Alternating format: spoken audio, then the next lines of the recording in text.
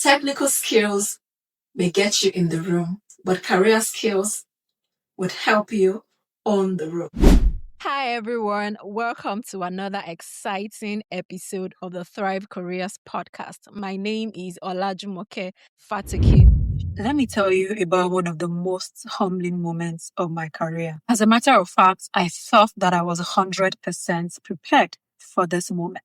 In fact, I had already passed the most technical stage, which was the psychometric test.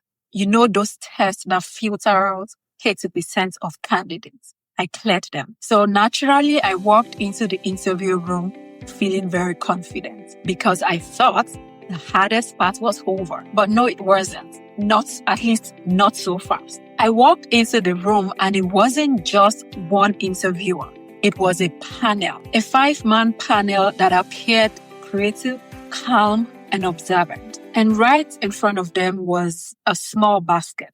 And inside that basket were folded pieces of paper. Each one had a general topic reading on it. And the instructions, as you can guess, were very simple. One of them spoke out loudly and clearly after welcoming me. Pick one up. You'll have a few minutes to prepare. Then speak on it. Afterwards, the interview begins. The truth is, that was my very first panel interview. I was just a freshman out of school. So I was completely taken aback. I paused for a moment and finally I picked one up. And in that moment, something shifted. So I started speaking. Not long after, I started to stutter. I had completely forgotten my structure and my thoughts went haywire. I could feel my heart racing so fast, literally. And I could also see the panel waiting so patiently. And as you can imagine, I was never able to completely put my thoughts together and communicate value. That moment lasted for just about a few minutes. But the embarrassment, I can assure you, stayed much longer. But wait. Here is actually the most painful part. This wasn't a case of being unqualified. I had already passed the psychometric test, which a lot of people couldn't pass. And if you took a look at my academic credentials, I had it all checked. To a very large extent, I believe I had the technical know-how, but one thing was missing. It was the career skills. So this is the point where I say technical skills could get you in the room. No doubt. But you see, those soft skills like presentation skills, communication skills, interpersonal skills, professional presence, composure would have helped me own the room that day. And of course, as you can tell, I never got the job. It went to the best man. But guess what? I never allowed that experience to define my entire career. But before I finally figured out what the problem is, several interviews followed the same pattern. I would prepare for the content, but never prepare for the performance. I knew, but the main problem is I didn't know how to deliver it. At least not at that time. But here's my turning point. Everything changed for me when I attended a graduate training school. I'm talking over 10, 11 years ago. I didn't even know anything like that existed until a friend told me about the program. And that was where I learned something most universities do not teach in the classrooms. I learned about presentation skills, the power of professional presence, structured thinking, and how to articulate your thoughts, how to speak under pressure, how to organize your ideas quickly, and most importantly, how to think before responding. And suddenly, interviews started feeling less like a war front. They became conversations. Now, here's what I wish someone had told me early enough, especially as a recent graduate. I wish someone had told me that workplaces do not reward knowledge alone. I wish that I had known early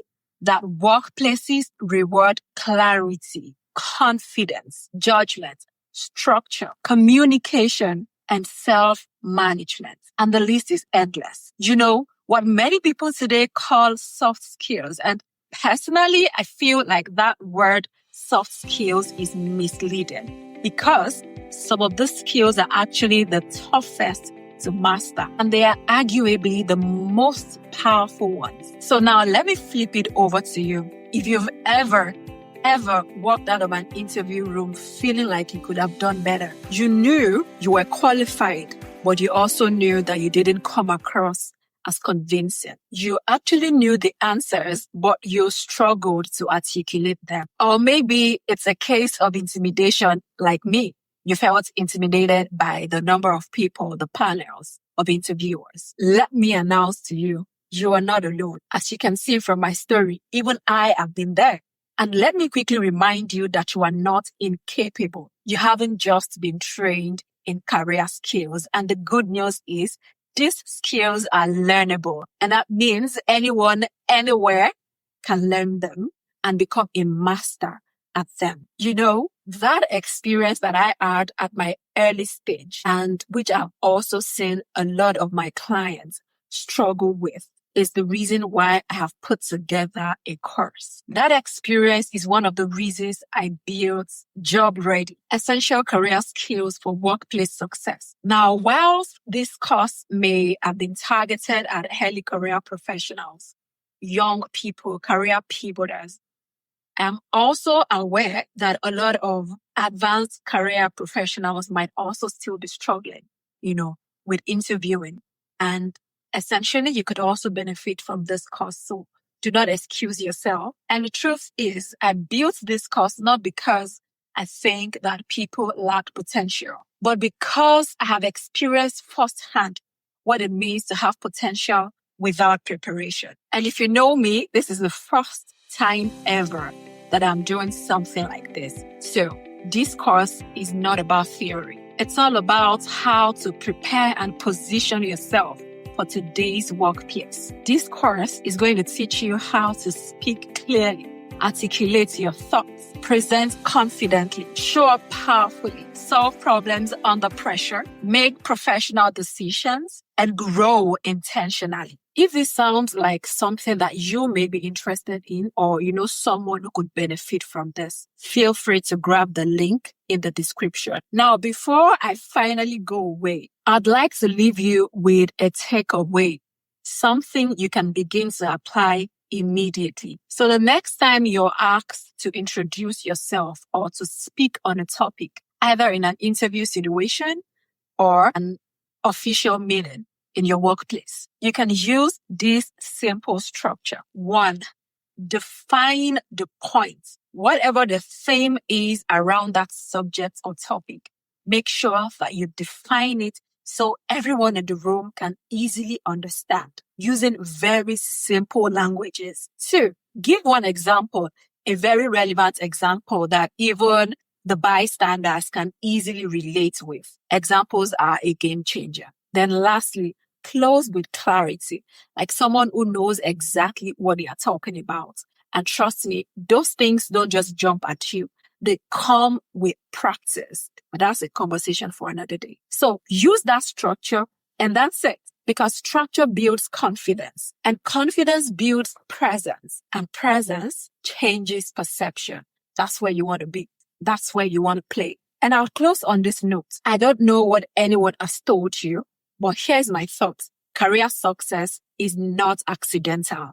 No, it is built on repeatable skills. And like I said earlier, the good news is these skills are not for some special few.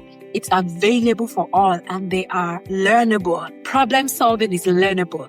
Communication is learnable. Professional judgment is learnable. And overall confidence is trainable. So if you want structured guidance on how to build these skills intentionally, the Job Ready course is live and available, and you can pick the link in my description.